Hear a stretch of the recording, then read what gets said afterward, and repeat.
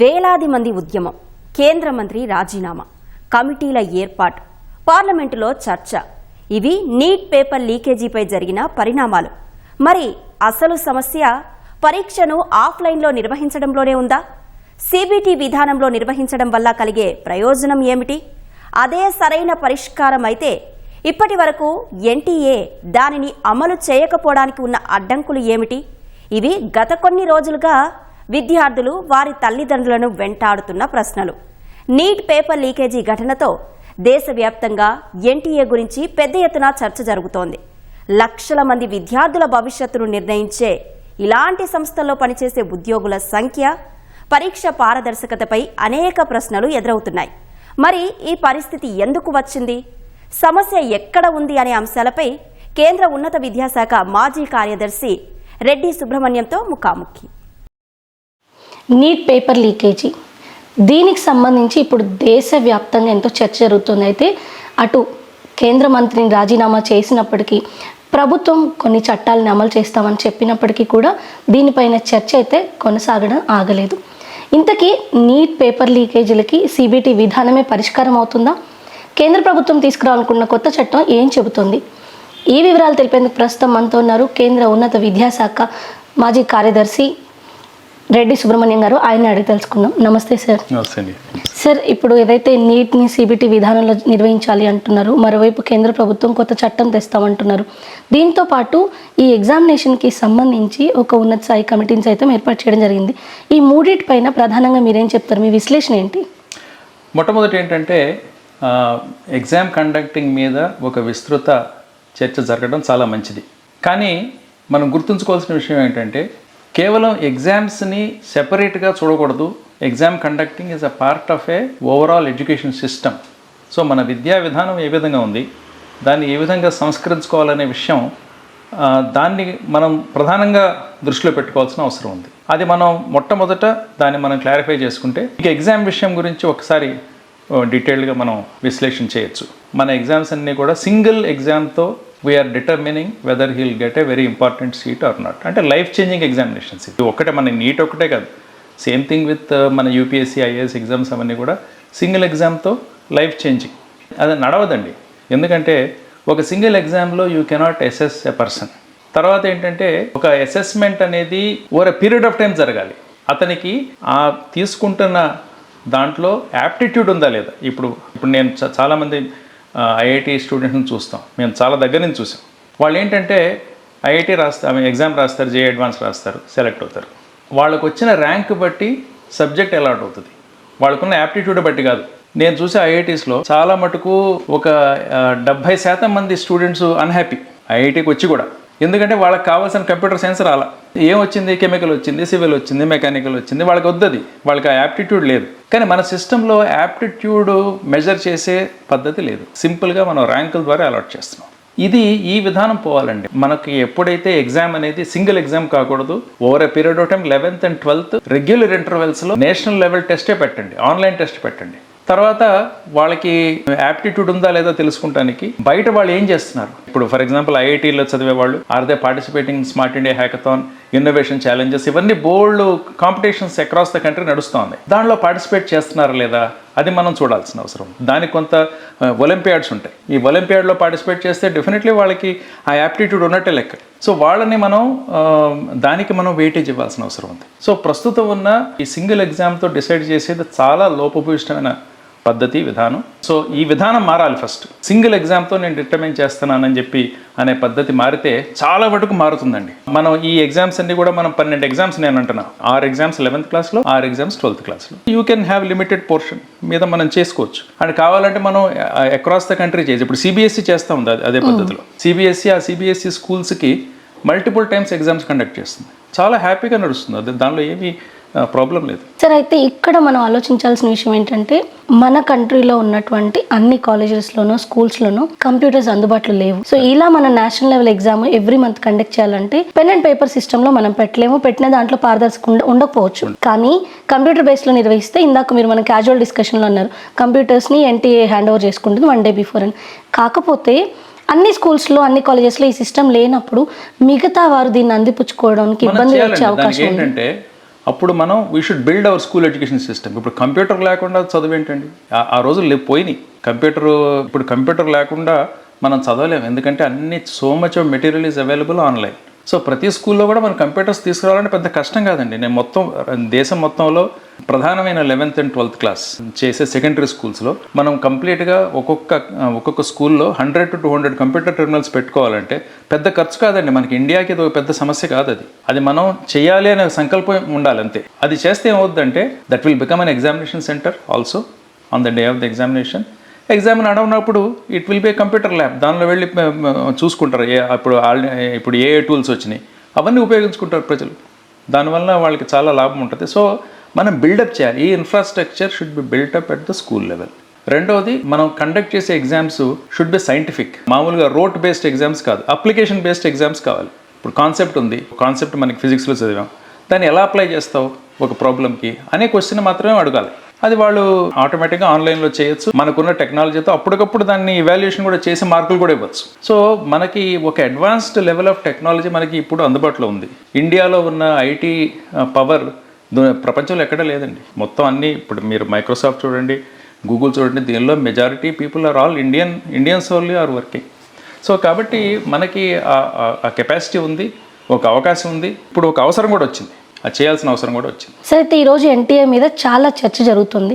నిజానికి ఎన్టీఏ మీ ఆధ్వర్యంలోనే ఏర్పాటు చేయడం జరిగింది. దీన్ని ప్రారంభించినప్పుడు ఉన్నటువంటి ప్రధాన లక్ష్యాలు ఏంటి? అవి తర్వాత ఎలా మారాయి అసలు? ఇప్పుడు ఎన్టీఏ అండి, ఇప్పుడు మేము ఎందుకు పెట్టామంటే ఇంతకుముందు ఈ జేఈఈ తర్వాత ఈ మెడికల్ ఎగ్జామ్ ఇవన్నీ కూడా సిబిఎస్ఈ పెట్టేది. ఆ సిబిఎస్ఈ వాళ్ళు ఏమంటారంటే, సార్ మాకు టైం లేదండి, మేము స్కూల్స్ని కంట్రోల్ చేస్తాం, మేము సిలబస్ తయారు చేస్తాం, అది మా పని, టీచర్ల ట్రైనింగ్ ఇవ్వడం మా పని.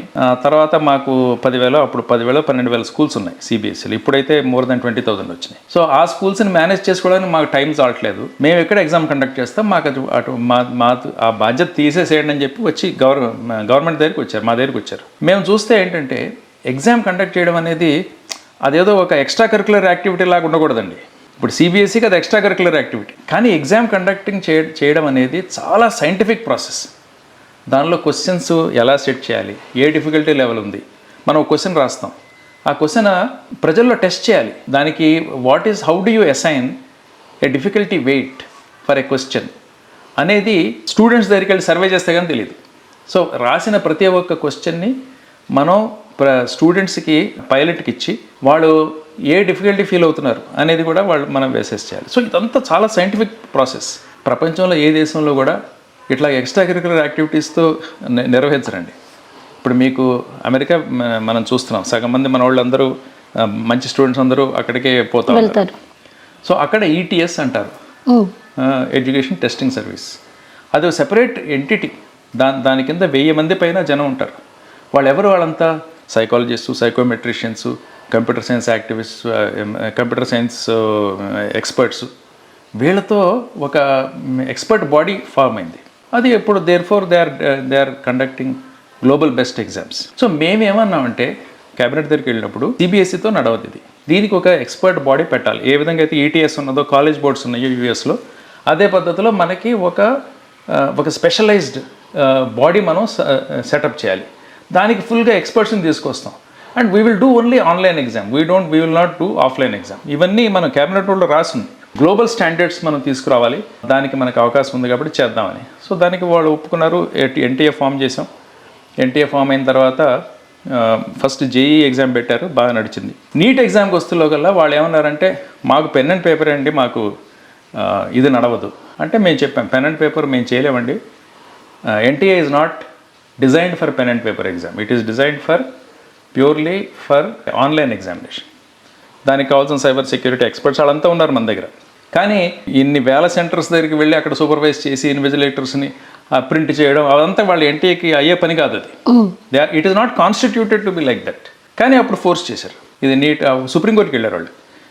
మేము ఆన్లైన్ చేస్తామంటే హెల్త్ మినిస్టర్ సుప్రీంకోర్టుకి వెళ్ళి ఇప్పుడు ఎట్లా నడుస్తుందో అట్లాగే నడవాలా అని వాళ్ళు ఒక ఎఫిడవిట్ వేస్తే మేము కూడా ఎఫిడవిట్ వేసాం ఆన్లైనే కరెక్ట్ అంటే సుప్రీంకోర్టు అంతే no don't take risk, you go for offline.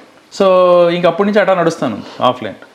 అంటే you are entrusting a task of a huge magnitude to an organisation which is not set up to do that. వాళ్ళ పని అది కాదు. అది కానీ వాళ్ళ మీద రుద్దారు.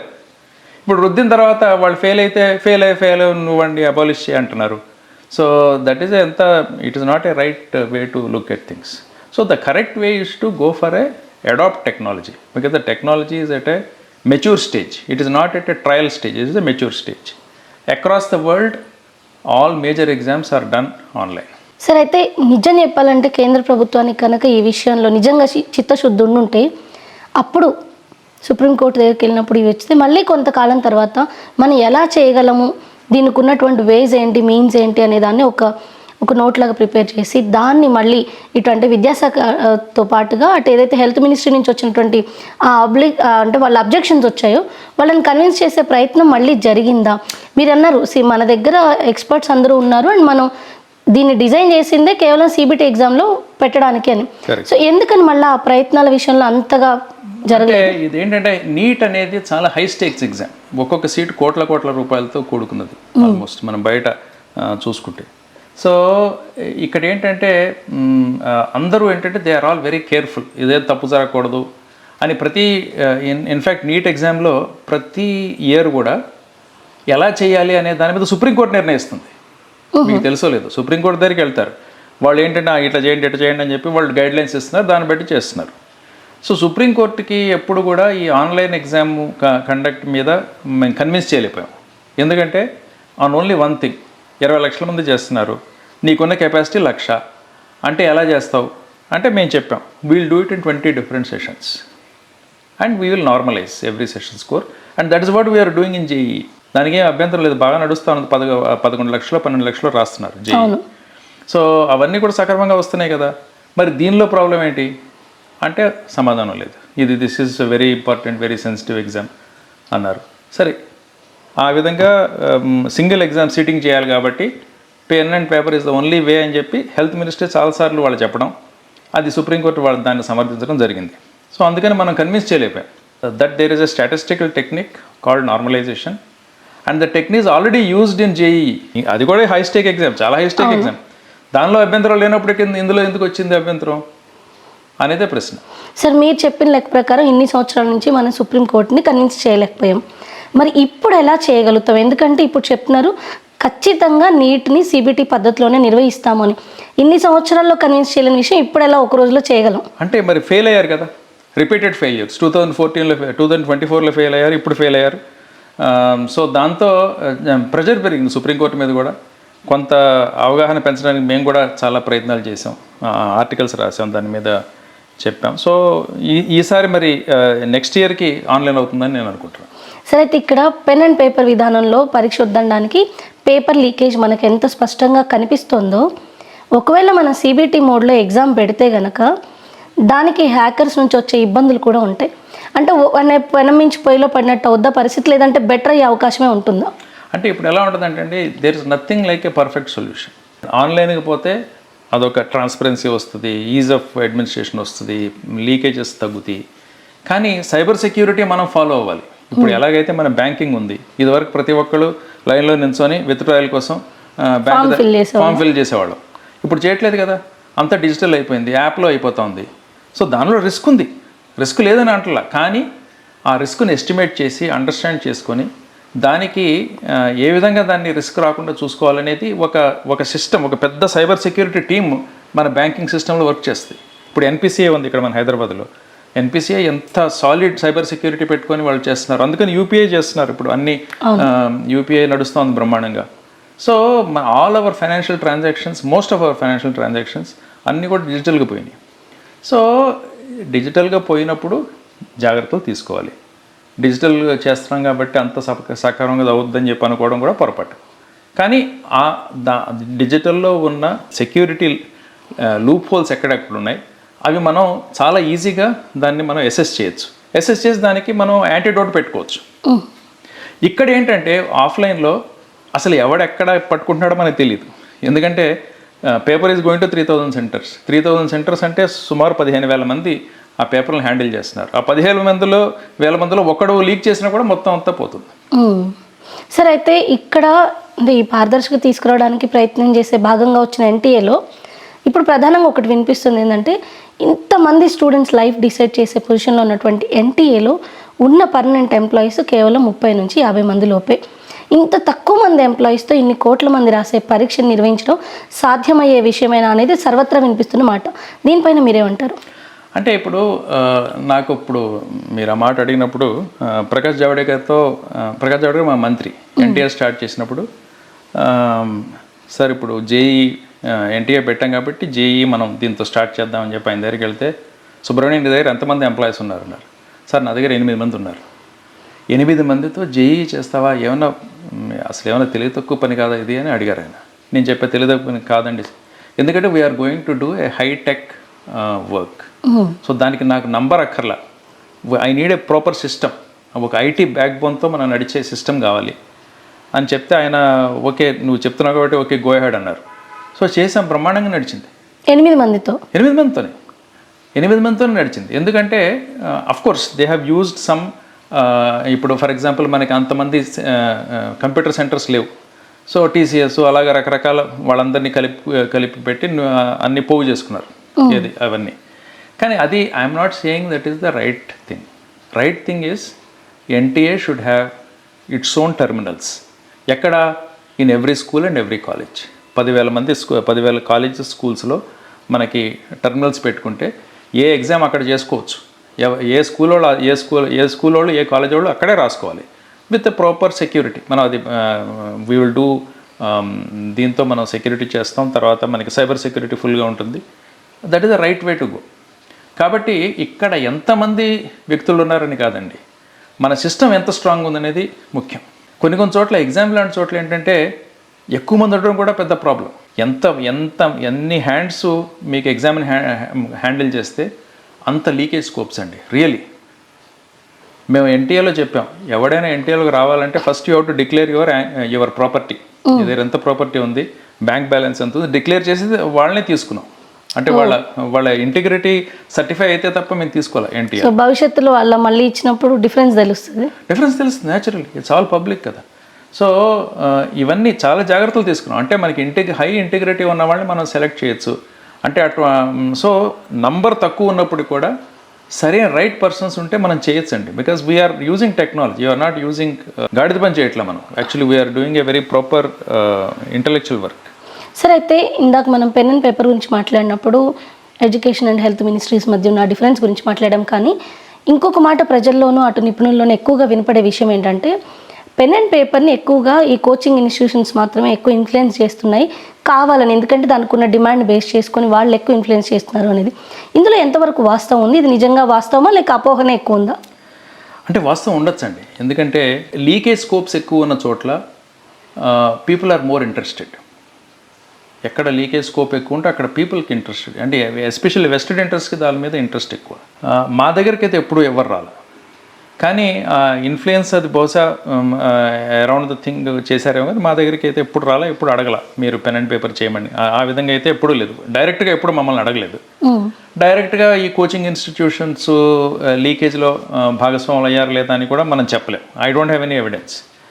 కానీ ముఖ్యమైనది ఏంటంటే ఈ కోచింగ్ అనేది మన విద్యా వ్యవస్థను దెబ్బతీస్తుంది. అది మనకి చాలా ముఖ్యమైనది. నేను నందనీల్ గారితో ఇప్పుడే నేను మాట్లాడుతూ ఉన్నా. కోచింగ్ని ఏ విధంగా మనం దాని యొక్క ఇంపార్టెన్స్ తగ్గించాలి, స్కూల్ ఎడ్యుకేషన్ ఇంపార్టెన్స్ పెంచాలి, అది ముఖ్యమండి. అది జరిగితే స్కూళ్ళకి పిల్లలు వెళుతూ ఉంటే మార్పు వస్తుంది, చాలా మార్పు వస్తుంది. ఇప్పుడు స్కూల్కి పోరు, అటెండెన్స్ వేసుకుంటారు, కోచింగ్ సెంటర్కి పోతారు. అది దాంతో ఏంటంటే ఈ థింకింగ్ ఎబిలిటీస్ ఉన్నాయి కదా, కాగ్నిటివ్ ఎబిలిటీస్, అవి దెబ్బతింటున్నాయి. సరే, అయితే చాలా స్కూల్స్ స్వయంగా వాళ్ళే కోచింగ్ కూడా ఇస్తున్నారు. తరగతి గదులు నిర్వహించే పాఠాలు తక్కువ, వీటి కోచింగ్ సంబంధించినటువంటి పాఠాలు చాలా ఎక్కువ. దీనిపైన ఏమంటే దాన్ని మనం ఎలా మార్చగలం? అంటే కోచింగ్ అనేది సరైన పద్ధతిలో వస్తే తప్పులేదు. ఇప్పుడు నాకు అర్థం కావటంలా, మిమ్మల్ని అడిగా, మీరు చెప్పారు అది కోచింగే అది, కానీ తప్పులేదు దాంట్లో.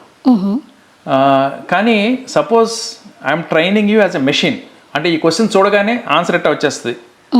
మన కోచింగ్ సెంటర్స్ అన్నీ ఏంటంటే బై రోట్ ఒక 10,000 క్వశ్చన్స్ని బట్టి పెట్టించేస్తారు. ఇంకంతే, రోజుకి ఎగ్జామ్స్ పెట్టేస్తారు, దాన్ని చదివేసేయాలి పూర్తిగా. అది క్వశ్చన్ చూడగానే ఆన్సర్ వచ్చేస్తుంది వాళ్ళకి. అదేం వర్కౌట్ చేయరు. మీకు తెలుసో లేదో, చాలా చోట్ల ఈ కోచింగ్ ఇన్స్టిట్యూషన్స్ ఏంటంటే క్వశ్చన్ చూడగానే ఆన్సర్ వచ్చేస్తుంది వాళ్ళకి. సో ఆ విధంగా ఒక మెషిన్స్ కింద మనం వాళ్ళకి చేస్తున్నారు. అది తప్పు అంటున్నాం. మనకి థింకింగ్ కెపాసిటీని చంపేసి ర్యాంకులు తెచ్చుకోవాలంటే అటువంటి ర్యాంకులు వచ్చినా కూడా నిలవవు. ఐఐటి బాంబే, మెడ్రాస్ వాటిలో చూస్తూ ఉంటాం. హైయెస్ట్ ఐఐటీస్లో మంచి ర్యాంక్ తీసుకొని వస్తాడు, కానీ ఐఐటీలో ఇటు నడవవు. వాళ్ళు ఫస్ట్ సెమిస్టర్ ఏంటంటే మొత్తం కాన్సెప్ట్స్ ఇచ్చి అప్లై చేయమంటారు. అది వాళ్ళకి రాదు, అప్లికేషన్ రాదు. సో తప్పుతారు. Rankers, you will be shock to find many top rankers they have what is called backlogs. అంటే ఫస్ట్ సెమిస్టర్, సెకండ్ సెమిస్టర్ తప్పుతారు. ఆ బ్యాక్లాగ్తో అట్లాగా వాళ్ళు వెనకబడతా ఉంటారు. So the person who actually finishes at the top is not the topper. ఎప్పుడు కూడా ప్రాపర్ టాపర్ కాదు. సో ఎందుకంటే వీళ్ళందరూ ఈ కోచింగ్ నుంచి వచ్చిన మెషిన్లు, actually they are only machines, they are not thinking individuals. So అది చాలా మనకి విద్యా వ్యవస్థను విపరీతంగా దెబ్బతీస్తుందండి. నాకు ఈ అడ్వర్టైజ్మెంట్లు వాళ్ళు డబ్బులు చేసుకుంటున్నారా లేదా అనేది నాకు ముఖ్యం కాదు. ప్రజల యొక్క, విద్యార్థుల యొక్క అవగాహన శక్తిని, థింకింగ్ కెపాసిటీని చంపేయడం అనేది అది చాలా నేషనల్ క్రైమ్ అది యాక్చువల్లీ. అందుకని నేనేమంటానంటే స్కూల్స్ని మనం స్ట్రెంగ్తన్ చేద్దాం. School education should be and without a campus, without any extra curricular facilities, no institution should survive. Okay. ఇప్పుడు మనకున్న కోచింగ్ ఇన్స్టిట్యూషన్స్ చూస్తే 90%కి అన్ని ఎదుగో ఇట్లా అద్దెకి తీసుకున్న దాంట్లోనే చేస్తారు. 4 గోడల మధ్య ఉంటాయి. అటువంటిది అంటే అటువంటి నడపడం పర్మిట్ చేస్తే మనం దేశానికి ఒక ద్రోహం చేసినట్టే. ఎందుకంటే ఒక కంప్లీట్ జనరేషన్ యొక్క థింకింగ్ కెపాసిటీని మనం చంపేస్తున్నాం. సరే, అయితే ఇప్పుడు ఈ పేపర్ లీకేజ్ విషయంలో ఇంత ఇష్యూ తర్వాత సెంట్రల్ గవర్నమెంట్ పార్లమెంట్లో ఒక చట్టం ప్రపోజ్ పెట్టింది. అండ్ ఇటు అంటే ఇంకొక విషయం ఏంటంటే ఒక కమిటీని కూడా ఏర్పాటు చేశారు, హై పవర్ కమిటీని. సో గతంలో రాధాకృష్ణన్ కమిటీ ఇచ్చినటువంటి సిఫార్సులు ఇప్పటికీ అమలు చేసిన దాఖలాలు అవి ఎందుకని మనం సిఫార్సుల్ని అమలు చేయలేకపోయాము? ఇప్పుడు అలాంటప్పుడు ఇంకొక హై పవర్ కమిటీని వేయడంలో ఎంతవరకు ఉపయోగం ఉందంటారు? అది గవర్నమెంట్కి ఏంటంటే ఎక్కడైనా వాళ్ళు ప్రాబ్లమ్స్లోకి వస్తే కమిటీ వేస్తారు. ఇది మనకి తెలిసిన విషయమే. సో కానీ ఈ committee members they are all very respected persons. So ఈ కమిటీ రిపోర్ట్ చాలా బాగుంటుందని నేను అనుకుంటున్నా. సో ఏదైనప్పటికీ కూడా కమిటీ రిపోర్ట్ ఏది ఇచ్చినా కూడా అమలు చేయడం ముఖ్యమండి. ఇప్పుడు రాధాకృష్ణ కమిటీలో 101 సిఫార్సులు ఉన్నాయి. అందులో తప్పేం లేదు, అన్నీ కూడా మంచి సిఫార్సులే. మనం అమలు చేయాల. అమలు చేయడానికి మీరు సిద్ధంగా లేనప్పుడు మీరు కమిటీలు వేసుకొని లాభం లేదు. సో కమిటీలో తప్పులేదు, committee is very good. I'm sure Nandan Nilekani will bring out the state of the art mechanism. But దాన్ని ఇంప్లిమెంట్ చేయాలి కదా, ఆ చిత్తశుద్ధి ఉండాలి. ఈ కొత్త చట్టానికి సంబంధించిన బిల్ మీద ఏమంటారు? మీ అభిప్రాయం ఏంటి బిల్లులు తీసుకురావడం మీద? ఈ బిల్ అండి ఇది చాలా అంటే మనకి ఎలా ఉంటుందంటే క్రైమ్ని కంట్రోల్ చేయాలంటే 2 విషయాలు ఉన్నాయి. ఒకటి certainty of getting caught, second one is severity of punishment. ఈ 2 వేరు. మన క్రిమినాలజీలు మనం చదువుకుంటే, క్రిమినాలజీ ఒక సబ్జెక్ట్, దానిలో ఆ సబ్జెక్ట్లో ఏం చూస్తారంటే ఏమి చేస్తే క్రైమ్ తగ్గుద్ది. క్రిమినల్స్ సొసైటీలో ఉన్నారు, ఎప్పుడు వాడు క్రైమ్ చేయడు అనే దాని మీద వాళ్ళు ఒక అధ్యయనం చేశారు. ఇది యుఎస్లో జరిగింది, యూరోప్లో కూడా చాలా కంట్రీస్లో జరిగినాయి. ఏం చేస్తే క్రిమినల్స్ క్రైమ్ చేయడానికి సంకోచిస్తారు అనే దాని మీద. దాంట్లో చాలా ఇంట్రెస్టింగ్ ఫైండింగ్స్ మనం చదవాల్సిన అవసరం ఉంది. దాంట్లో ఏమొచ్చిందంటే certainty of getting caught. If you do a crime, if you are certain that you will be caught, then you will think about doing the crime. So certainty చాలా ముఖ్యం, సర్టెనిటీ ఆఫ్ గెటింగ్ కాట్. తర్వాత చట్టాన్ని బాగా most కాంప్లెక్స్గా సివియారిటీని పెంచి చూశారు. దానివల్ల ఎవరికి they are not bothered. ఎందుకంటే సర్టెనిటీ లేదనుకోండి, నువ్వు పట్టుపడతావనే సర్టెనిటీ లేనప్పుడు దొంగ దొరకడాన్ని అనుకుంటే భయమే ఉంటుంది. సో దొంగ దొరకట్లేదు, నువ్వేమో దొంగ దొరికితే నీకు ఉరి తీస్తా అని చెప్పి అంటున్నావు. అంటే ఈ చట్టంలో ఉరి తీస్తా అని చెప్పి రాయలేదు, కానీ అంటే మనం సివియారిటీని పెంచాం. కానీ అసలు ఫస్ట్ నీకు పట్టుకునే కెపాసిటీ ఉందా, మనకి ఇన్వెస్టిగేషన్ కెపాసిటీ ఉందా, మన జ్యుడిషియల్ సిస్టమ్ ఎంత తొందరగా మరి దీన్ని ఇది చేస్తే, ఇవన్నీ కూడా చాలా ముఖ్యమండి. Certainty of getting caught is more important and that is not there in our system.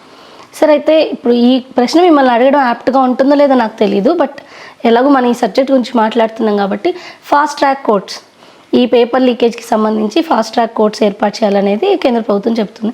అయితే నిజంగా ఈ ఫాస్ట్ ట్రాక్ కోర్టులు గతంలో ఇచ్చినటువంటి కేసులు పేపర్ లీకేజ్ సంబంధించిన ఇష్యూస్ చూస్తే అంత తొందరగా ఏమీ ఫలితం వచ్చిన దాఖలాలు కనిపించడం లేదు. నిజంగా మరి ఇప్పుడు ఫాస్ట్ ట్రాక్ కోర్ట్స్ని ఏర్పాటు చేయడం వల్ల అంత ప్రయోజనం ఉంటుందంటారా? మనం ఒక దేశంలో 700 ఫాస్ట్ ట్రాక్ కోర్ట్స్ ఉన్నాయి ప్రస్తుతం. అవి ప్రధానంగా సెక్షువల్ అఫెన్సెస్, పాక్సో, మన children sexual offences, rape cases, వీటి మీద పెట్టారు. రెండుగా పాక్సో, రేప్ కేసెస్ మెయిన్గా రెండింటి మీద ఫాస్ట్ ట్రాక్ కోర్ట్స్ 700 ఉన్నాయి మన దేశంలో. So I have done an analysis. ఆ 700 కోర్టుల పర్ఫార్మెన్స్ ఏ విధంగా ఉంది అని చూస్తే మామూలు కోర్టు కంటే 3 times ఎక్స్ట్రా కేసెస్ని వాళ్ళు డిసైడ్ చేస్తున్నారు. సో అంతవరకు అవుట్పుట్ ఉంది, లేదని కాదు. కానీ ఎంత టైం తెచ్చుకుంటున్నారు అనేది మనం చూస్తే it is also taking 1 to 2 years. The so called fast track court also takes 1 to 2 years యావరేజ్గా. ఇప్పటిదాకా ఇప్పుడు రేప్ కేసెస్ మనం చూస్తూ ఉన్నాం, అన్ఫార్చునేట్ కేసెస్. అది ఎవరు అంటే 3 నెలల్లో నువ్వు పూర్తి చేయాలని చెప్పి మనం చట్టంలో రాసాం. ఏది 3 నెలలు ఎవరు పూర్తి చేయట్లేదు ఫాస్ట్ ట్రాక్ కోర్ట్స్కి. They are taking 1 to 2 years. నువ్వు 3 నెలల్లో చేయలేదు కాబట్టి are you accountable? Judiciary is not accountable in our system. ఎవరికి అకౌంటబుల్ కాదు. సో దేర్ ఫార్ 1-2 years పడుతున్నాయి ఫాస్ట్ ట్రాక్ కోర్ట్స్లో కూడా. సో కాబట్టి ఈ ఫాస్ట్ ట్రాక్ కోర్ట్స్ అనేది మన చరిత్ర ఎలా ఉందంటే mixed. Output is higher, but if you say that 3 monthsలో, ఇప్పుడు చట్టంలో 3 months అని రాశారు, 3 monthsలో నువ్వు పూర్తి చేయాలని. ఆ విధంగా 3 monthsలో పూర్తి చేసిన దాఖలా ఎక్కడా లేదండి. ఏ కేసులో ఇంతవరకు జరగల. 3 months ఎక్సీడ్ అయింది కాబట్టి దాని మీద జ్యుడిషియరీకి అకౌంటబిలిటీ కూడా లేదు. ఎందుకు చేయట్లేదు 3 months అంటే మరి విట్నెస్ రాలేదు, ప్లేడర్ రాలేదు, అది ఇది చెప్తారు. సో మనకున్న సిస్టమ్ ప్రకారం ఈ ఫాస్ట్ ట్రాక్ కోర్ట్స్ అనేది మోర్ దాన్ ఎనీథింగ్ ఒక కంటి తుడుపు చర్య కింద నేను అనుకుంటున్నాను. ఓకే సార్, ఇప్పుడు ఏదైతే మనం CBT విధానం గురించి ప్రధానంగా స్ట్రెస్ చేస్తున్నామో, గ్రామీణ ప్రాంతాల్లో ఉండే వాళ్ళకి ఇంత యాక్సెసిబిలిటీ లేకపోవచ్చు అండ్ వాళ్ళకి కంప్యూటర్ నాలెడ్జ్ అంత ఎక్కువ లేకపోయి ఉండొచ్చు. బట్ వాళ్ళు +2 అయిపోయిన తర్వాత అంటే ఇంటర్మీడియట్ తర్వాత వాళ్ళు ఎగ్జామ్స్ రాయాల్సి ఉంటుంది. అయితే దానికి సంబంధించి వాళ్ళకు ముందస్తుగా ట్రైనింగ్ ఇవ్వాల్సిన అవసరం ఎంతవరకు ఉంటుందంటారు? మరోవర్ వాళ్ళు మిగిలిన వాళ్ళతో సమానమైనటువంటి వాళ్ళకు ఉండేటువంటి షేర్ని పొందాలి అనుకుంటే ఏం చేయాలంటారు? మన ప్రభుత్వంగా ఏం చేయాలి? అందుకని నేను అన్నాను కదా, ప్రతి స్కూల్లో నీకు 11th and 12th సెక్షన్స్ ఉంటే you need to have 100 to 200 computers. అది లేకపోతే నీకు పర్మిషన్ ఇవ్వకూడదు 11th and 12th. అంటే 11th, 12th చదివే స్టూడెంట్స్కి they should have full access to computers. ఎందుకంటే ఈరోజు పరిస్థితి ఎలా ఉందంటే so much of knowledge is available. ఇప్పుడు స్వయం ప్లాట్ఫామ్ ఉంది, మీరు చూసారు లేదు? స్వయం ప్లాట్ఫామ్లో best of IIT professors give classes for the whole country. మరి అది అర్బన్ ఏరియాలో ఉన్న వాళ్ళు they are able to take. ఇప్పుడు రూరల్ ఏరియాస్లో యాక్సెస్ లేని వాళ్ళకి వాళ్ళు మరి డిప్రైవ్డే కదా, ఆ బెనిఫిట్స్ వాళ్ళకి పోవట్లా. సో అందుకని మనం we must provide computer lab for every school. ఇది ఇండియా లాంటి ఇంత పెద్ద కంట్రీకి ఇది చాలా సింపుల్ ఇష్యూ అండి. మనం ఒక రోడ్ వేసినట్టే, విజయవాడ నుంచి గుంటూరు రోడ్ వేస్తే ఎంత అవుద్దో అంతే అవుతుంది. ఓకే, అంత తక్కువ ఖర్చు. That's all. సార్, చివరిగా గత కొన్ని సంవత్సరాలుగా జరిగినటువంటి పరీక్షలు, వాటిలో వచ్చినటువంటి అంటే పేపర్ లీకేజెస్ ఇష్యూ కావచ్చు, ఇతరత్ర అంశాల విషయంలో NTA పట్ల కొంత ప్రజల్లోనూ విద్యార్థుల్లోనూ నమ్మకం సన్నగిలిందంటే అతిశయోక్తి లేదు. ఇందులో అబద్ధం కూడా లేదని చెప్పొచ్చు నిజం చెప్పాలంటే. ఈ నేపథ్యంలోనే ఎనీహౌ మనం ఇదే సంస్థ ద్వారా పరీక్షలు నిర్వహిస్తాం భవిష్యత్తులో కూడా. అలాంటప్పుడు ఈ సంస్థ పట్ల ప్రజల్లోనూ విద్యార్థుల్లోనూ నమ్మకం పెంపొందించాల్సిన అవసరం చాలా మేరకు ఉంది. దీనికి సంబంధించి కేంద్ర ప్రభుత్వానికి కావచ్చు, అటు అక్కడ ఉన్నటువంటి సిబ్బంది కావచ్చు, మీరు ఎలాంటి సూచన చేస్తారు? నేను ప్రధానంగా ఏంటంటే NTA should not be asked to do things for which it is not designed. It is designed as for an online exam. So if you want to do offline exam, don't ask NTA. You do it yourself. Let health ministry do it if they want. But వాళ్ళకి ఆ capacity లేదు, అందుకని NTAకి వస్తున్నారు. So if you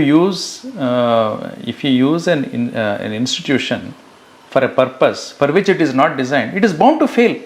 దీనిలో there is no పెద్ద logic కూడా లేదు. కాబట్టి NTAని స్ట్రెంగ్తన్ చేయండి, ఎగ్జామ్స్ని ఆన్లైన్లో తీసుకురండి, state of the art cyber security పెట్టండి, తర్వాత స్కూల్స్లో కంప్యూటర్ ల్యాబ్స్ పెట్టండి, and have these exams on a regular basis. Don't have a single exam. So తర్వాత స్టూడెంట్స్లో సృజనాత్మక శక్తి పెంచాల్సిన అవసరం ఉంది. దాని కొరకు మీరు తీసుకోండి, స్టెప్స్ తీసుకోండి. ఇవన్నీ చేస్తే ఒక కాంప్రహెన్సివ్ దాని కింద చేస్తే విద్యా విధానం బాగుపడటానికి అవకాశం ఉంది. ఇది కాకుండా ఏమీ సింపుల్ ఇది అడ్హాక్ సొల్యూషన్స్ తర్వాత కంటి తుడుపు చర్యలతో ఏమి ఒరిగేది లేదండి. అవ్వదు అది ఉరికినే ప్రస్తుతానికి ఆ యాజిటేషన్ సెటిల్ అయిపోద్ది, చల్లబరచడానికి అయిపోతుంది. దానివల్ల మనకి లాంగ్ స్టాండింగ్ చేంజెస్ రావాలంటే you have to work on the system. Thank you sir, thank you so much. So ఇది దీర్ఘకాలికమైనటువంటి సత్ఫలితాలు ఉండాలి అనుకుంటే కనుక మొత్తం వ్యవస్థలోనే మార్పు తీసుకురావాల్సిన అవసరం ఉందని, మరి ముఖ్యంగా కేవలం ఒక్క పరీక్ష ద్వారా విద్యార్థుల భవిష్యత్తు నిర్ణయించడం అనేది సరైన విధానం కాదు. కాబట్టి ఇంటర్మీడియట్ 2 సంవత్సరాలు లేదా +2 2 సంవత్సరాల పాటు సంవత్సరానికి కనీసం 6 సార్లు చొప్పున మొత్తం 12 పరీక్షలు నిర్వహించగలిగితే కనుక ఆ పరీక్షల ద్వారా అత్యుత్తమ స్కోర్ సాధించినటువంటి విద్యార్థుల్ని ఇలాంటి ఒక సీట్స్ అంటే మెడికల్ లాంటి విభాగంలోకి రావడానికి అనుమతిస్తే తద్వారా అత్యుత్తమైనటువంటి వైద్యుల్ని విద్యా విధానంలో మార్పుల్ని కూడా తీసుకురావచ్చు అంటున్నారు రెడ్డి సుబ్రహ్మణ్యం గారు. కెమెరా పర్సన్ చిరంజీవితో రమ్య, ఈటీవీ న్యూస్, హైదరాబాద్.